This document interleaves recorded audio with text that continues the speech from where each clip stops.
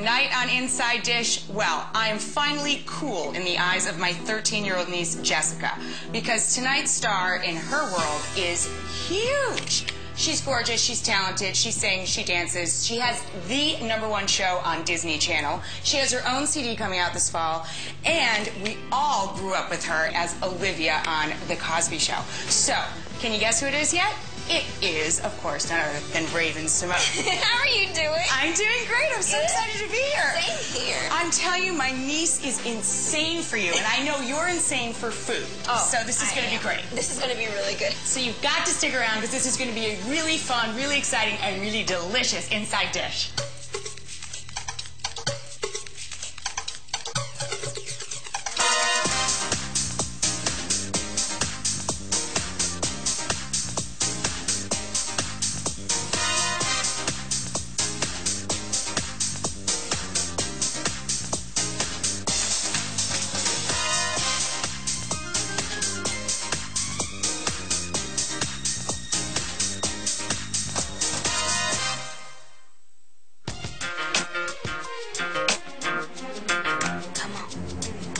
Raven-Symoné is one of the hottest young stars around, but show business is nothing new to her.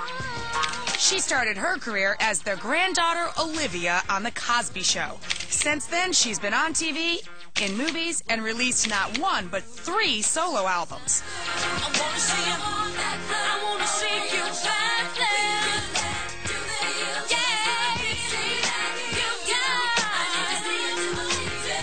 Up with this rising star in Los Angeles near the Disney Studios, where her show, That's So Raven, is the #1 hit on the Disney Channel. What do you want to talk about first? You've got so much going on. I know, the show, we're in our 3rd season right now. It just got picked up for 13 more episodes, which is such a blessing. Now, tell everybody about the show, just in case they don't have teenagers around and they're like in another universe and somehow missed it. The show's called That's So Raven. I play a teen psychic who can see into the future for a couple seconds. And then that's awesome. It's kind of cool. And then sometimes she doesn't see the whole thing or understand it all, so she gets into a lot of physical comedy situations. Give me some cheeks. On the pizza. You know, that's so Raven. That's what they say now, because it's just the things I get into. Oh, where? Are you okay?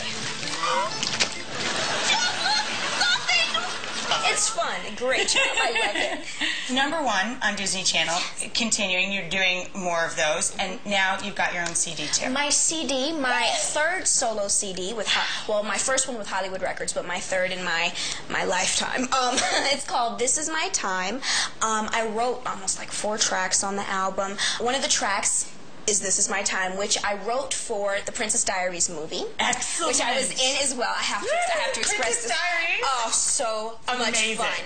I got to sing with Julie Andrews. Now, that's major for me because, like, 2 things. One, we thought she was never going to sing again because of her surgery. Throat, yep. And to come out and be able to sing with her, me of all people, because I'm saying this, I probably bought 6 or 7 Mary Poppins tapes because I used to break them. I watched them so much. I know. So I cried when I got on set. And Sound of Music? Come on! Are you kidding me? Beautiful.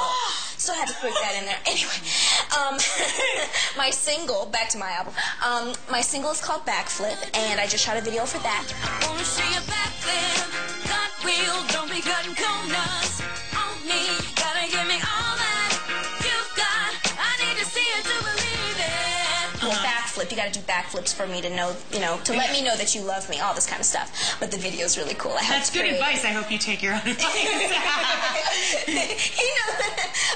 Did you get a cute guy in the video? Yes. Actually, I've known him for a while. I call him Power Ranger Mike. His name is Michael Copon. He's Power Ranger. Power Ranger. He used to be a Power Ranger. I shouldn't say that. He probably hates me now. That's adorable. But it's okay.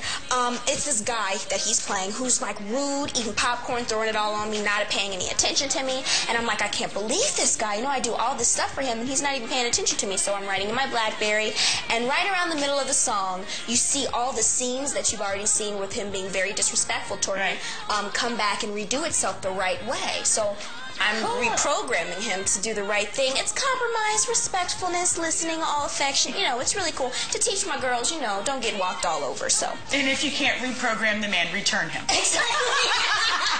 Exactly.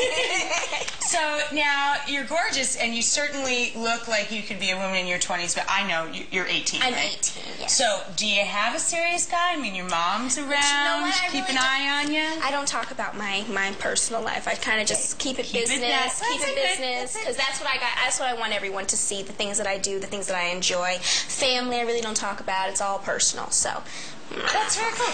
Now, I would suppose that you kind of had to develop that that strategy at an early age because you grew up in front of cameras. I did, and I read other people's situations, and I read, you know, Us Magazine and all those.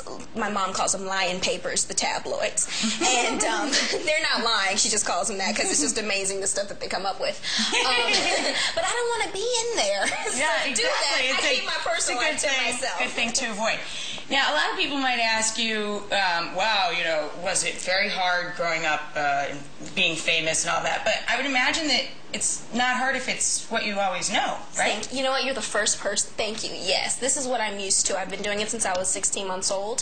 What was hard for me was going into a school where a principal a couple weeks earlier was like, the girl from Hanging with Mr. Cooper is coming. Do not talk to her. Do not sign autographs. All this stuff. And I get into the school, and I'm like, no one's talking to me because they're all afraid they'll get detention if they talk to me. So I'm like, oh my goodness, you know, it's actually the reverse for you. Exactly. Right? So it's harder for me to be in that school than it is in the business. It's just, I'm easy to do. Do you have a mix of friends that are in and out of the business, or are most of your friends, girlfriends, and guy friends in the same business? I have a mix. I think it's good to mix it up because sometimes you can find people in the business that, you know, might not be the best of friends to hang around. Just say it like that. So I have a mix of people. But on the other hand, they also understand your life. Exactly. But you got to find the right ones. Like my best friend, she's in the business. Her name is Joelle. I think you'll meet her later. She's so cool, and she's in the business. She's just, we love each other just because we're cool like that. Some people you run into, they just want to be like, I want to be on your show.